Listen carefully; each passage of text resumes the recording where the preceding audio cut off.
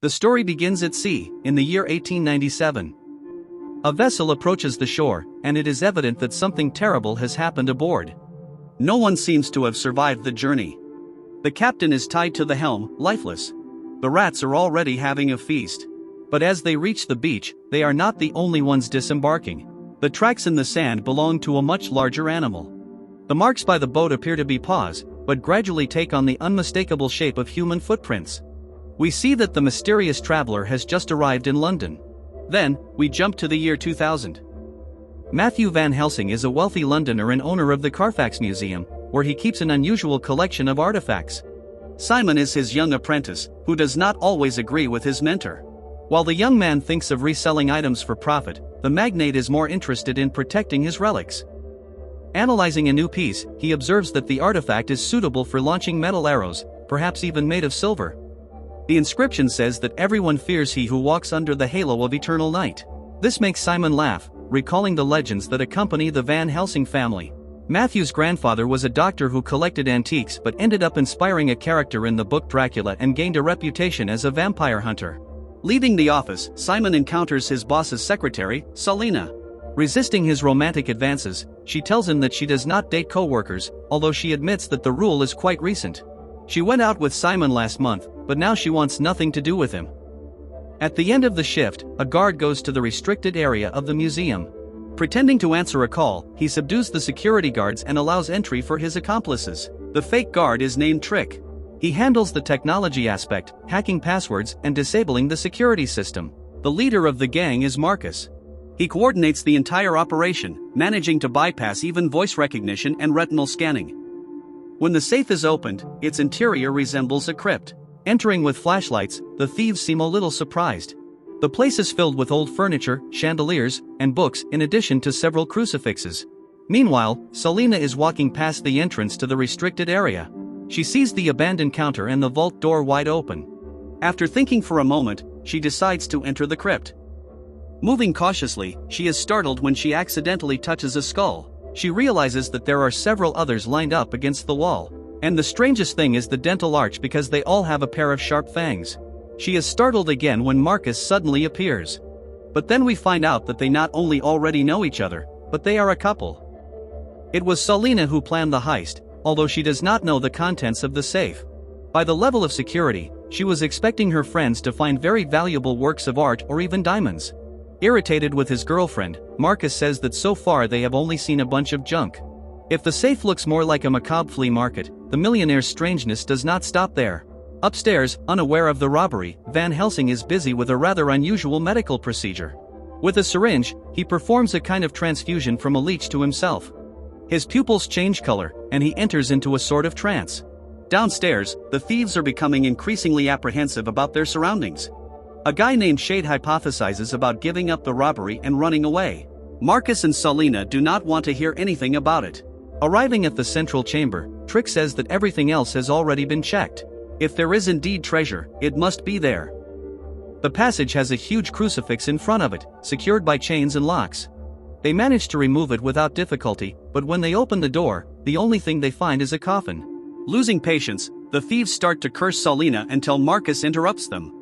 His theory is that this ghostly apparatus is there to scare off cowardly intruders. All this only makes the security even more impressive. Now Marcus is convinced that there is treasure inside the coffin. As his henchmen still doubt, he says he will only pay them if they cooperate. The incentive is enough, and they start to work. When the coffin slides over the surface, a secret mechanism is triggered, and huge spears descend rapidly from the ceiling. Two of the guys pay for their greed with their lives, while the rest watch in shock. The trap also triggers the museum's general alarm. Upon hearing the dreaded sound, Van Helsing mutters that it cannot be. He then presses a hidden button, revealing a panel filled with defense instruments. At the same time, the thieves are desperate with the alarm. The only way to escape the crypt is by blowing up one of the walls. Concerned with their escape, no one notices a curious phenomenon. The sad end of their friends had sullied the coffin lid, but now it is almost clean again. Whatever is inside seems to be sucking the blood. At this point, Shade and Trick just want to save themselves, but Marcus insists on taking the coffin. Selina threatens to take them out if they don't help. When Van Helsing arrives at the crypt, the gang is already far away, and there is no sign of the coffin. The next morning is Mardi Gras, a street carnival in the city of New Orleans. A young woman named Mary Heller is waking up from yet another horrifying nightmare. She lives with her friend Lucy, who tries to help her overcome the problem. The two decide to take a stroll and enjoy the party. In London, Simon is arriving at the Carfax Museum. Upon learning about the robbery the previous night, he suggests calling the police, but Van Helsing says no. Some items from his personal collection were obtained in rather untraditional ways. For this reason, he prefers not to involve the authorities and resolve the matter himself. The museum will be under Simon's care while he is away. At this moment, the thieves are flying over the Atlantic. No one has managed to open the coffin yet, and the group is starting to get demotivated. Shade is alone when he accidentally pricks his finger. While he grumbles, sitting on the floor, a thin smoke begins to emerge from the cracks of the coffin. He is startled to realize what is happening and sees the smoke passing under the decorative cross. Upon touching it, he realizes that the cross is movable, finally managing to open the lid. He is disgusted to see that there is an occupant in the coffin. The man must have been very dangerous when alive, judging by the precautions. His arms are shackled, and an iron helmet covers his head. Horror begins to turn into curiosity as Shade sees the leeches. He leans in closer to investigate and then tries to remove one of them. The creature goes straight for his eye, firmly sticking to his eyelid. In a panic, the young man pulls with all his might until he frees the worm, before smashing it with his foot. Unable to learn his lesson, he leans even closer to the deceased, almost pressing his ear against him. Then he sees a crucifix encrusted with rubies and makes the mistake of taking it out of place. This releases the traveler from his long slumber. The first thing he does is tighten his grip around Shade's neck. Trick hears his colleague's screams and goes to check if he is okay. He finds the closed coffin with no one around. There are signs of a struggle, and the back door is banging. Trick goes over there, calling for Shade without getting a response. The metal helmet hits his head as he peers through the entrance. A noise startles him, and he then notices the open chains. Something seems to have freed itself from its shackles. Cautiously, he lifts the lid and starts screaming upon seeing Shade lying in the coffin. Trick slips and falls backward on the floor. An upside-down vampire is the last thing he sees in life. Just as Marcus is saying that the noise is just turbulence, Trick is thrown through the door. The person who comes right behind is almost a decomposing being. But then, his features completely transform in a matter of seconds. The person standing before them is now a young, strong man. His firm gaze, with an outstretched hand, is enough to hypnotize Salina. She steps away from her boyfriend as if he does not exist and falls into the arms of the tormentor. The vampire wastes no time, sinking his teeth into her neck. Incredulous at the scene, Marcus tries to defeat the rival, but his bullets do not even tickle him. Then, a shot compromises the aircraft. The pilot is also startled to see the monstrous storm ahead of him. Unsatisfied with Salina, the vampire turns his attention to Marcus as well. It is then that something strange happens to Mary Heller. Alone in her room, she suddenly finds herself inside the plane, facing the vampire. He seems to recognize her and even says her name. Before he can reach her, Lucy enters the room and breaks the spell. Shaken by the incident, Mary goes to the church her mother used to attend and talks to Father David about her past. She does not remember her father but suspects he was a dangerous man. She believes her mother kept an unconfessable secret, and whatever it is must have been passed down to her. David says he does not know anything, but his expression says otherwise. A few hours later, Van Helsing arrives in New Orleans. At the airport, he sees news about the plane crash under suspicious circumstances and immediately understands what happened. The victims were taken to a small town called Clark, not far from there. Van Helsing decides to go there, unaware that Simon has followed him. At the accident site, reporter Valerie Sharp is trying to record a segment before night falls. Observing the girl through the lens, the cameraman is startled when she seems to tense her body suddenly. A trickle of red begins to emerge from her neck. Only when he pulls the camera away does the vampire appear. Valerie runs to the van, terrified. Through the screens, she sees her colleague being attacked by what seems to be an invisible force. Then the vampire opens the door. As scared as Valerie is, she does not resist his outstretched hand.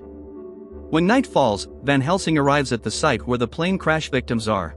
He does not seem very surprised to see that some bags are empty. The only thing that startles him is Simon's arrival. He tries to warn the young man about what he is about to witness, but it does not help much. Opening one of the bags, Van Helsing sees Salina and moves forward to attack her. Shocked, Simon tries to stop him. It is then that the girl resurrects, to his horror. She jumps away with an impossible leap. Shade appears next, and this time Simon does not interfere with his boss's work. Van Helsing quickly explains that these people are the living dead. Simon listens in astonishment to the instructions on how to proceed. The next to revive is Marcus. He laughs at Simon holding a cross, but soon realizes his mistake. The crucifix is a retractable stake, which does not end very well for Marcus. One by one, all of the gang's dead attempt to attack the duo. They defend themselves with silver bullets and sharp stakes. Simon is about to finish off Solina when the sirens are heard. The police find her pinned to the wall. In the car, Van Helsing explains the facts. Dracula was never a fictional character. When he came to London over a century ago, Van Helsing swore to defeat him. But unlike his offspring, he never dies. The only alternative was to capture him and keep him imprisoned in the crypt. For this, Van Helsing devised a trap, tricked Dracula, caged him, and with the help of other men, pierced his heart from 4 directions.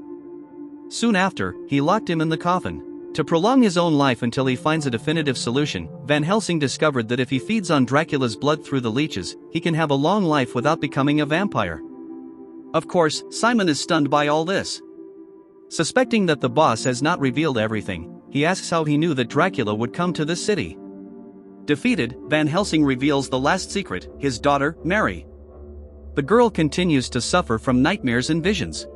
While she seeks comfort in the church, Solina is putting on a show of poise at the police station. The officer and the doctor are so fascinated that they barely notice someone arriving right behind them. The interrogation ends with a banquet for the 2 vampires. Simon and Van Helsing are trying to find Mary, but the city is in chaos. Dracula finds Lucy in the shop where the girls work. He asks about Mary, and she says they live together. Arriving home, Lucy invites him in without a second thought. She explains that this house belonged to Mary's mother, and that they both had to redecorate everything to get rid of the religious atmosphere. The guest approves the girl's decision. When Lucy asks if he wants coffee, he makes it clear what he prefers to drink. While the 2 are having fun, Mary has a bad feeling about her friend. She tries to find her at the store but ends up being found by Simon. He says he is a friend of her father, which does not help much. They haven't spoken in 12 years, and Mary does not trust him. Simon tries to explain the situation when a man approaches him asking for money. He tries to dismiss the beggar, but only upon being attacked does he realize it is Marcus, seeking revenge. This time, Simon has learned what works and only finishes the fight when the vampire's head is several meters from his body. Meanwhile, Van Helsing is at his ex-wife's house looking for his daughter. Waiting for him is his enemy. Dracula says that Mary belongs to him. She inherited the blood stolen by Van Helsing to stay alive. That is what makes her special. Moments later, the girl arrives home. She receives a call from Lucy. In a strange voice, she says she is with Mary's father and then hangs up.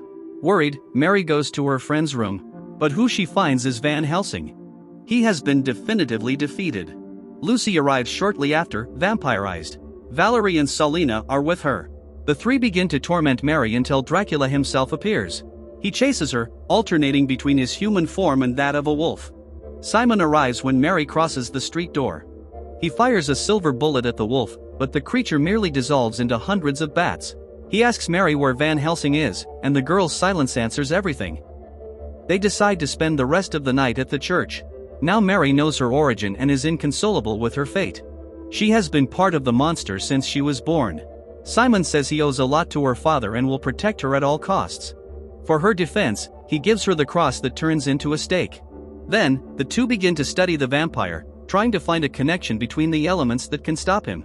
The research is soon interrupted by the subject himself in person. Dracula is not afraid of the church or the Bible. Simon tells Mary to run and tries to face him alone. Soon the vampire disappears from the library and goes after the girl in the cemetery. The chase is unfair, as he can sense her presence. Simon arrives too late, and the 2 vanish.